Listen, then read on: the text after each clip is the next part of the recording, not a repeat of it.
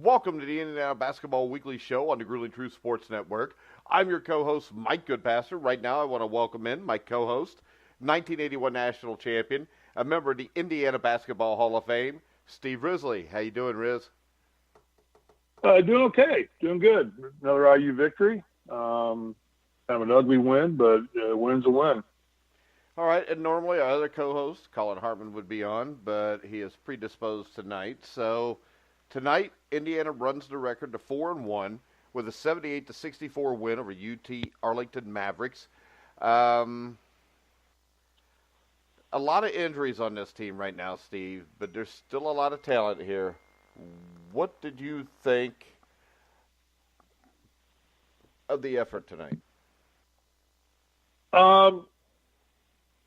Nondescript really is the best way I can describe it. I'm not as animated. Colin wants to join us now.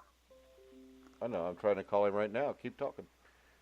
All right. Nondescript. I thought that,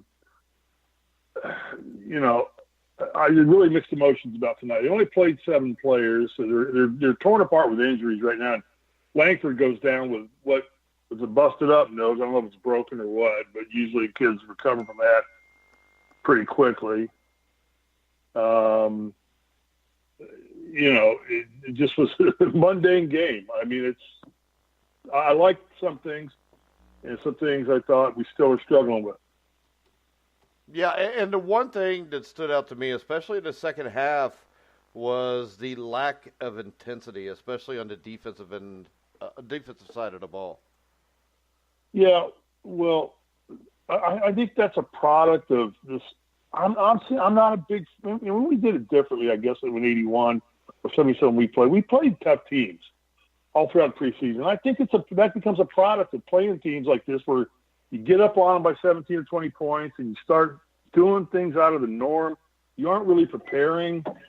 There's just so many different things that lead me to believe that I don't really like these kinds of games. I think 1 or 2 of them early in the year are good, but you come back after a couple of really good games like Marquette and Arkansas, good tough opponents, and you come back to play this team. And I thought Morgan got off to a great start for the first time. All right, Colin, you with us? Yeah, I am. All right, hey, Colin. Steve was really cussing and hollering because you weren't on the show, but we'll leave that alone. I bet he was. Yeah, the panties on bunch. Let's talk about that. He missed me. Tonight, not the greatest performance. What? Yeah. Steve, do you want to just bog the show down with chit-chat? Go ahead. All right. Never mind. Go ahead. I love you, Steve. I had a question, and with all the brain damage I've been sued in my life, that I ask it before I forget it. So my question is this, as Steve just touched on this, I know you didn't hear it, but how hard is it to come back, play 2 games against high-quality opponents, Marquette and Arkansas, and then only have 1 day off? You got to make the flight back home and then get ready to play a team like UT-Arlington, which I don't think is a bad team, but they're definitely not, they're not the University of Texas. They're not going to scare you going into Power 5. Yeah, so Right. How hard is it to get ready for a team like that? Majority of the time it's relatively hard, just because, a quick turnaround, 1 day prep, probably didn't practice very much. Rested guys, we got a lot of guys hurt the way it is. As Steve knows, nobody was ever hurt. But when you have guys down, you get extra reps in practice, and then guys are more susceptible to injuries and stuff like that just because they're more tired and fatigued. So you just have to be, as a coach, be conscious of that. And then as well, it's like I expected more from the team, to be honest with you. Losing that way on the road, I just expected us to be up by 30 or 40 when we were having this conversation. And to be completely candid with you, and I just think that while I was watching the game, I think that people were the guys on the court. They really lacked emotion, raw emotion towards. Do you hear me? Barely. Okay, they lacked raw emotion They weren't celebrating anything. Guys weren't communicating on the floor very well. One thing I always watch is who's communicating, like when the other team's shooting free throws or there's a break in play or whatever, who's communicating, who's talking, who's rallying guys. And I didn't see a lot of that today. It really frustrated me. I think that needs to be one thing that's shored up is the communication in-game on the floor between the players. And I could tell in Coach Miller's face, it's just frustrating him. You can tell when he starts licking his lips that he's getting kind of pissed. But he did a lot of that tonight, at least when the camera went to him. It was frustrating to me. I know it was frustrating to the fans. I know the guys don't want to win like that. But at the end of the day, I mean, it's hard to get up for games like that. But after you lose a game the way that we did, like we spoke about the other night after the game, after you lose like that, you should come out on fire. You should have this team down by 30 points at a half easy, and then be able to put in some of the walk-ons and stuff at the end of the game and be up 35, 40 points. Not that they're a bad team, but you should come in. You are a significantly better team, talent-wise, recruit-wise, everything. You should be able to bury teams like that, especially in a situation like this.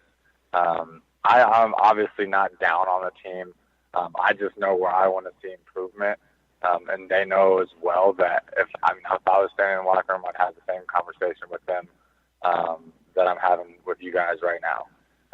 And they know it's just a matter of having the balls to stand up and say it and address what needs to be addressed.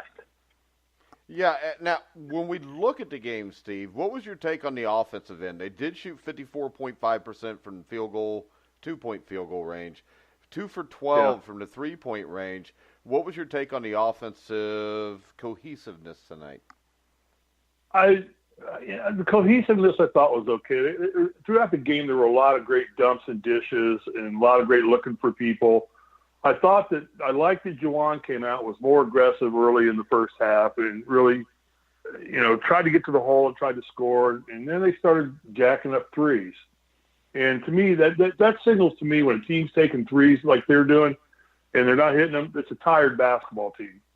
They don't really want to work hard on penetrating the offense like what they do, what we're really the best at. They don't want to go inside and bang. They kind of want to stand out there, and they've got weak legs, and they're not putting their legs in their jump shot, and they're missing threes. I think the three-pointers Indiana was 2 for 12 for the game. Yeah. But they just got tired and lazy. It's what it looked like to me. It looked to me like they're more tired than anything. And I like Colin, before you came on, I was telling Mike, to me it was just a nondescript, mediocre game. The best thing about the game is we got a W. Yeah. That's the best thing you can take away from this. When we decided to get busy in the second half, we started dumping the ball inside. Juwan took over the game like we expected to do. The penetration got better. Finney and Langford started penetrating. Pfister's off a little bit, but he looks tired. We only played 7 guys. So everybody got a lot of minutes. And this is their third game in the last 4 or 5 days, including a road trip. Yeah. Yeah, so they're tired. They're probably a little tired. And they're still a very young, inexperienced basketball team. So it looked to me like they were tired. They were lazy offensively to get-go. And then when, UTA comes back and ties the game up or something, they woke up and they went back to playing, with perimeter penetration, dumping inside. Our inside play looked good again. And, Morgan scores, 23 in the game, leads the team. Is what we need to have from him. Finally, for the first time, he took more than 10 shots in a ball game. Only took 11, but, he's 9 for 11? Yeah, but then again, Steve, with the injuries, that makes you beg even more why are you shooting the threes. When Morgan's 9 for 11, I mean, to me, if he's playing that many minutes, he should have 17 or 18 shots at least. Yeah, I agree. I agree. Yeah, I still think, but I think he was trying to be more aggressive. What I liked about Juwan was in the second half when Indiana got really in the pinch, and I don't think they were ever in jeopardy of losing the game. Well, they were only up by it got cut to 1 or 2 points there at one point. It was tied at one time. They tied it at one time. Yeah. They tied it up, but I still didn't think that was going to be a situation where they were going to lose that ball game. There's games you can be tied but unless something really fluky happens, you're not going to lose it, even though they tie it up. They shot everything they had left just to make that run and get tied up. So, but what I liked was Morgan stepped up, became a leader of the basketball team in a crunch situation. I really like that. There were a lot of positive takeaways. I just think it's a tired basketball team, Colin. What do you think? I agree, and I think it's a young basketball team not used to this kind of quick turnaround, and it is a different lifestyle. I mean, you're on planes, you're still going to class, you're doing homework, right. You're still trying to keep everything up and balance everything. Especially being a young team, guys aren't used to this. They'll adapt as the year goes on, but I think it's good to have this kind of little stretch at least right now to hey, this is how the basketball world works now. It's not get a week off during the week and then play 8 games in 2 days in AAU. That's not how it works in college. There's a more knockdown, drag-out, physical game. You're taking flight, and it's a grind. But I think, hey, Mike, how many turnovers do we have? Let's see. Steve, you got that up? Yeah, I got it up. We had 18 turnovers as a team. It seemed like we had like that. We had like 13 or 14 of those in the first half. But yeah, we were really lethargic and tired. Yeah, and I think that's a mindset. I guess a mental thing, like the fatigue that you guys are talking about. That we keep stressing. It's not an excuse by any stretch of the imagination, but it's a conditioning thing of your mind to be able to play through the fatigue and make smart single plays within that fatigue. I think that'll come too, but I think that's a direct reflection of everything can't be tied back to the fatigue, but it played a definite role. But it's something to take away and to learn from this kind of little stretch, take a deep breath, and then hit the ground running again coming up here soon. I like the fact that when the game got tied up or they got within 1, 2, or 3, Indiana responded and put on a big spurt and stretched it back out again real quickly. They went back to their core fundamentals, which is penetration, looking for the other guy, the open guy underneath the bucket, getting the ball inside. They went back to doing what they had to do. I just think they came into this game tired, off a road trip, thought they were going to waltz through this game. And actually, the announcers made the comment that 3 years ago on this night, UTA went into Ohio State and beat Ohio State at Ohio State. Oh, wow. They mentioned that. I'll tell you this. My take on this, Steve, is this. When you count the third game in 5 days, whatever it is, and a road trip, and the fact that I think UT-Arlington is a team that plays really hard. They're well coached, very well coached. I think you can see this team in the tournament as the representative out of their conference by the time this is done. And when I think you look at that, and then you throw in the fact that you both are sitting here saying this is a tired team, which I think almost anybody with any common sense or knowledge would say, the fact that UT-Arlington comes to Indiana, and that's the biggest game they're going to play this year. They're jacked up. They're emotional. They're firing on all cylinders. They go from being down 17 at half to, tied or down 1 with 6 minutes left. The fact that Indiana then could retake control, I think, will tell you that this team is different than a lot of past Indiana teams in the Kelvin Sampson, guys like that eras, where when this happened, this team would fold and lose the game. And I think this is more of a positive thing, what I saw tonight, than a negative thing. And, Colin, I let Steve address the offense. I'm going to let you address the defense. And defensively, when I watch the game, I think I'm just thinking more of the last 20 minutes than anything else. I think overall... Wait a minute now. Wait a minute. What? Can I just say one thing before Colin speaks? No. Go ahead. Jesus Christ. That's Excuse me for taking... You just took the Lord's name in vain again. I've told you about this Colin every show. did nothing for 5 years at IU but shoot the basketball, and I knocked the crap out of every star player we ever played against. You want me to talk about offense? Do you know why? Because this is the thing. This is the beautiful thing about you. I can read you like a book that's Braille with big letters in the middle of the day in the sunlight, because I wanted to make this comment when you said that. The last show, and for a couple shows, you've been bragging about how you scored more points than Colin. So I figured, hey, I'll let Steve do the offense because he's one of the greatest scorers in Indiana basketball history, which he's not, because if he was, Kyle Guy wouldn't be the leading scorer in Lawrence Central history. But yeah, in every show we ever do, I'm going to bring Kyle Guy up too. I just hope to God Indiana plays Virginia in the tournament. But Collin, since you were interrupted, what I was saying Collin, is this. go ahead and talk. I'm going to 3-point percentage. Because my dogs are... Maybe the dog has something to say. The 3-point percentage held him to 27.6%, held him to 42% from the 3-point range. What did you think of the defense in this game? Because especially, I think you have to take into effect the tired legs. Right. I mean, I keep going back to, A, the fatigue, and B, you have guys that are out that are defensive, stoppers. You have Zach McRoberts, who that's his thing. Well, then Durham gets hurt too during the game. Right, he hurt his back, and that was not a good thing to see.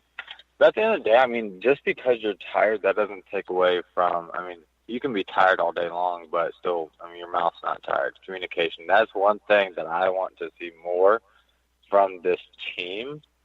I need to see guys chattering to each other all the time.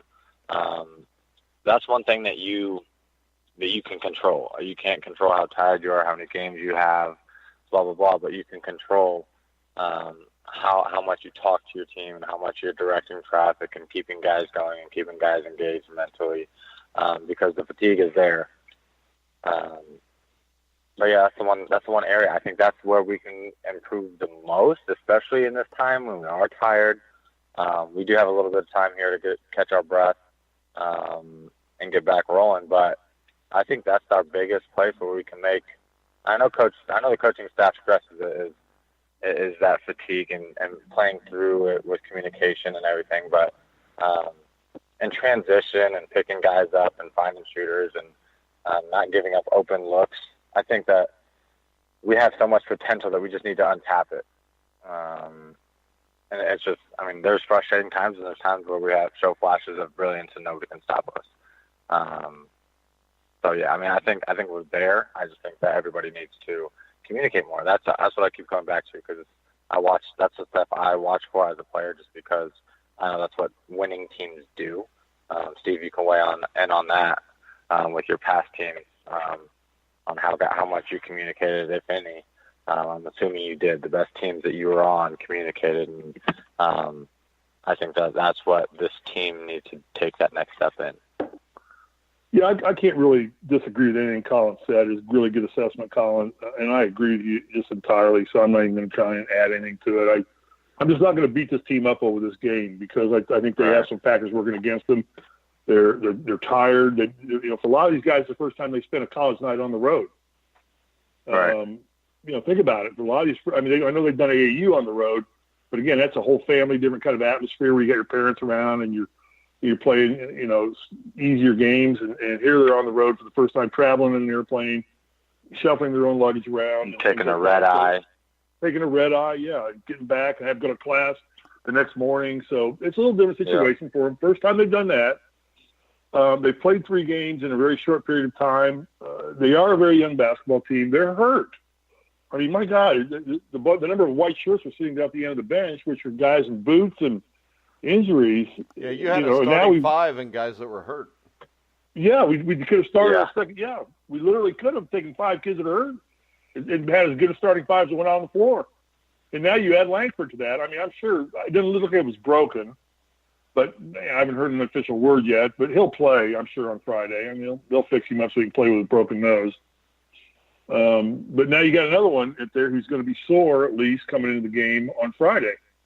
So that's just part of the game. I'm proud they won. I think they got tested a little bit. That's a good test for them. UTA is not a bad basketball team. They're on a closer plane to Arkansas and Marquette than they are the first 2 opponents that they played. I think. Yeah, they're closer to that. They're closer to the good teams than the bad teams. And, they handled themselves well and they faced adversity well. That's maybe the biggest takeaway is the 2 takeaways, like Collin said. Lack of communication is the root of all evil. If you're not talking, you're going to suffer. And the other thing is they played through they're playing through a little bit of adversity right now, and for a young team, that's a good thing. But like you said, Mike, in previous administrations, these are games that the teams would have lost. Like I saw Georgia got beat by Clemson 64-49 today too. So there's Coach Crean. What does that mean? I think it's pretty obvious to everybody that Clemson was better coming into this year anyway, Steve. Okay. I mean, Clemson was. I think they made the Sweet 16 last year, and they were a pretty high seed. Yeah. Clemson's got a pretty good program. Georgia has not had a pretty good program, so I think we got to give Coach Crean a year or two on that one. And he did beat the University of Kentucky once, so he's good by me just because of that. UC Davis, I mean, anybody that beats Kentucky, I'm good with. UC Davis is the next opponent on Friday night. This is a team that I think is closer to the level IU played in their first two games. This is a team that lost by 34 to San Francisco. San Francisco is undefeated, has a good team right now. Lost by 19 to San Diego. And we do have two common opponents here. And that was Arkansas beat UC Davis at home 81-58 last Monday. And UT-Arlington beat UC Davis 68-59 on Sunday. So this is a game, I mean, number one, I think you got to come out and jump this quick, get these starters out of the game, play the guys that don't get to play, because Tuesday night, Indiana has to go to Duke, and you got to make sure you're as healthy as possible going into that game, Collin. I agree.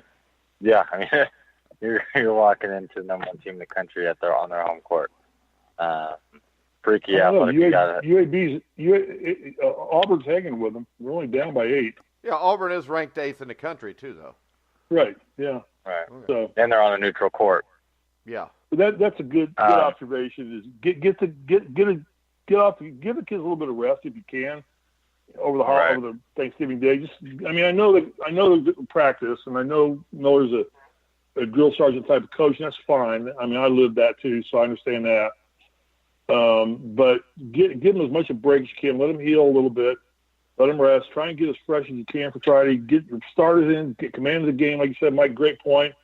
And then get your starters out of there. Just let them sit and rest. And because get some other kids some minutes. Even with a couple guys, with 4 or 5 guys that can't play, you should be able to play a couple starters and a few walk-ons and beat this team. This is a team, if they come out and they only beat UC Davis the way they did UT-Arlington, then I would have cause for concern. This is a different conversation. Yeah. If they come out and they get up 30 and they win by 15 because they rested people, that's one thing. That's fine. But I'm fine with that, yeah. They need to dominate this first half and get it over as quick as they can, because if they turn this game into a dogfight, I think that it affects greatly their chances Tuesday night at Duke, just because you only got 2 or 3 days rest there too, and you'll have played, 3 or 4 games within a week's period of time coming into that game. Yeah, and I don't know how fast we can get people healed and back for Duke. I mean, even guys. Timmy G's magic, baby. Timmy G's magic. But anyway, even if they come back, they're going to be not game ready because they haven't played in 3 or 4 games. So, I mean, some of the guys have sat out 3 games, and they're not going to be at full conditioning strength. So you're not going to be able to count on them to be 100% effective. So all in all, I feel better about this win than how they played against Arkansas. I mean, I thought they played better against Arkansas overall. They just didn't get the job done. Here, I didn't think they played as well, but I think facing what they had to face, this is a good win for them, a good test and a good win for them. Hey, and Lipscomb is beating TCU, who's ranked in the top 20 by 8 right now. I just figured I'd bring that up. And it's 64-56, Duke over Auburn with 7:43 left. Guys, we're going to come on after UC Davis Friday night, approximately 9:15, 9:30. Yep, that works. I got nothing going on. We know that. You're retired. You just swim with your dogs. No, it's only 6:30 here. It's only 6:15 to 6:30 here. So yeah. Oh, so the reruns of Keeping Up with the Kardashians won't be on. No, they don't. They're not on Friday nights. That's right. And I have to bring this up. Collin, reality stars. Collin, do you watch Keeping Up with the Kardashians? I have never watched it in my life. Okay, I watched it once. And I brought this up on a show the other day, and you need to watch it once. This is the thing. If you watch it, you'll understand why Risley's the way he is. It explains everything. It explains everything. Because I'm sitting there. I'm in a hotel room in Atlanta on Wednesday night. It's 2:30 in the morning. I'm just flipping channels. And Keeping Up with the Kardashians is there. And I figure, well, I'm going to watch this for a few minutes because Steve's always talking about how great this show is. And I'm flipping it around. And then Kim Kardashian comes on, and she's taking selfies and all this. And then her wrist starts to hurt. It's her selfie wrist. Oh, heaven forbid. It was horrible. I almost had nightmares. I almost had PTSD after seeing this. Because she was so broken up, and she had to hire somebody to come in and hold the phone up for her to take selfies, and she'd put her arm up so everybody would think it was her taking it. And then the thing that was really heartbreaking is she went to the doctor, and when they looked at her and said, "Sweetie, you have carpal tunnel. You've got to stop taking selfies for a couple weeks." And my goodness, she cried a little bit. It was heartbreaking, Collin. And hire that out with all that money. Are we really, truly? Yeah, we are. Really because it's just, I can't believe a grown man watches that show. Yeah, we all have guilty pleasures. Trust me. What's your guilty pleasure, Collin? I don't have one. Yeah. Me neither. Yeah, right. Me neither. You got to prove it, Steve. You can't just say, yeah, right. All right, guys, we're going to wrap this show up. We will be back Friday night. Wait a second. We have a question. Hold on. If it's about the Kardashians, I get to answer it. Yeah, I think it is. This is from Carl in Sellersburg, Indiana. Anybody ever heard of Sellersburg, Indiana? I have. Yeah, they're good town. Yeah. All right. Is that down south? Down south on 65. It's a great town. Okay, that's what I thought. No, I wasn't gonna. I thought I'd heard about it before, but I wasn't sure. But Carl from Sellersburg says, Steve Risley, do you think Bobby Knight's ever watched Keeping Up with the Kardashians? You know what? I wouldn't surprise me if he does. My God. No, I don't. I do not think that. I do not think that Bobby Knight. But yeah, but do you think freeze over before that? In the middle of the night, maybe just flipping around, he flips it on and he says, "Hey, I listen to Survive in Advance all the time, and Steve Risley talks about Keeping Up with the Kardashians, so I'm going to watch it to see how good it is." We should be getting text from Keeping Up with the Kardashians. Knight watches fishing with Jerry McGinnis. Well, to tell you the truth, I'd rather watch fishing with Jerry McGinnis also. Same. Yeah. I just hope Jerry doesn't get carpal tunnel or whatever it is, because I'd hate to see him not be able to cast anymore. All right, guys. Remember, we'll be back Friday night with a wrap-up of the UC Davis, Indiana Hoosiers game, somewhere between 9 and 9:30 live on thegruelingtruth.net. You can also hear all of our shows on iHeartRadio, Spotify, TuneIn, Stitcher, Spreaker. Wherever you find sports podcasts, you'll find The Grueling Truth. So for Collin Hartman, Steve Risley, I'm Mike Goodpaster. You've been listening to The Grueling Truth, where the legends speak.